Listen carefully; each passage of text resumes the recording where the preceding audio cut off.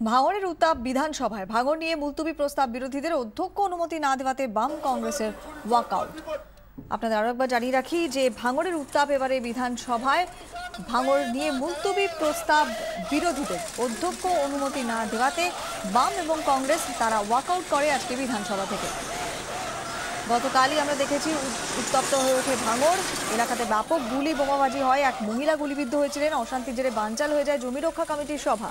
আমাদের সঙ্গে টেলিফোনে রয়েছেন আমাদের প্রতিনিধি উজ্জ্বল মুখার্জি। উজ্জ্বল, আজকে বাম কংগ্রেস এই ইস্যুতে ওয়াক আউট করলো, অধ্যক্ষ অনুমতি দিলেন না, ঠিক বিস্তারিত তোমার কাছে একটু জানতে চাইবো।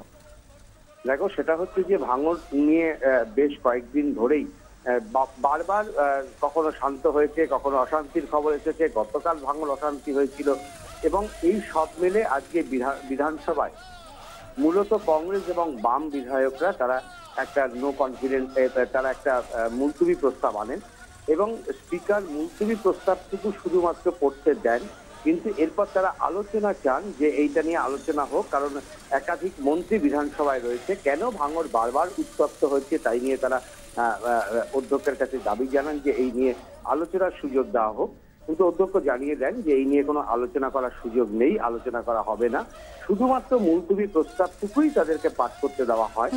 এর প্রতিবাদে কিন্তু বাম এবং কংগ্রেস বিধায়করা তারা ওয়াকআউট করেছেন, তবে তারা জানিয়েছেন যে কিছুক্ষণের জন্য তারা ওয়াকআউট করলেন, দ্বিতীয় হাতে যে বিলগুলো আছে তাই নিয়ে কিন্তু তারা আলোচনা করবেন, কিন্তু এখন তারা ওয়াকআউট করে বাইরে মিছিল করেছেন। ধন্যবাদ উজ্জ্বল।